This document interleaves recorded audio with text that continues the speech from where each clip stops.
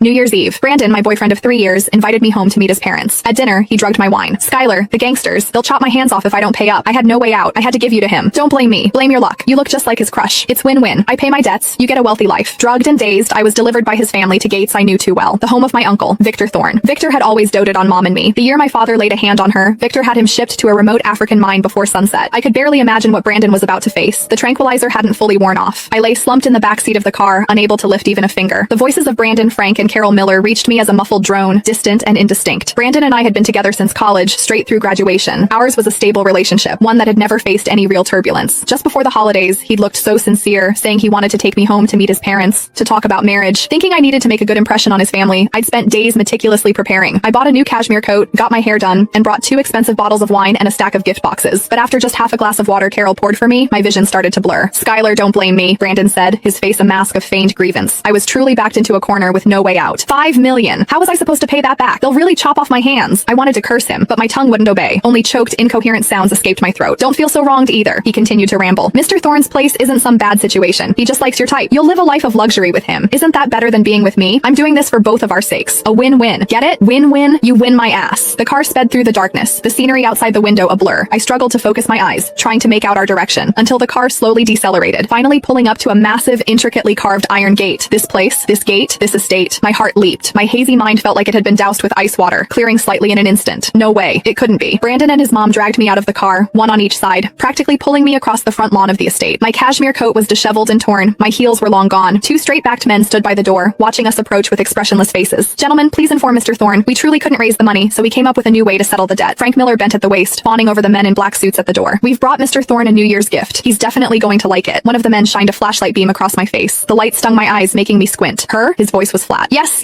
exactly. My son's girlfriend. Carol quickly chimed in, forcefully pulling my face straight. See? Doesn't she look exactly like the woman Mr. Thorne commemorates every year? We specifically found out about that. And she's a dancer. Very graceful. She'll be attentive to his needs. My stomach lurched. The man was silent for a few seconds, then gestured to a subordinate nearby. Go inform him. He turned back to us. Whether it works out or not, I can't say. Just come inside and wait. Thank you, sir. Thank you. Brandon nodded profusely, bowing repeatedly, as he dragged me towards the main house. By the time I was pulled into the parlor on the first floor, my legs had given out. I collapsed onto the cold floor. Mr. Thorne is with a guest. Wait here, the man said, then left. As soon as the door closed, Brandon immediately crouched in front of me, a mix of anxiety and calculation on his face. Skylar, help me out, just this once. He grabbed my shoulders and shook me. When Mr. Thorne comes, just say you came willingly. Please, I won't look down on you. I promise I'll treat you well afterward. I stared at him, unable to make a sound. Don't you dare stay silent. Carol also leaned in, her nails digging into my arm. If the Millers go down,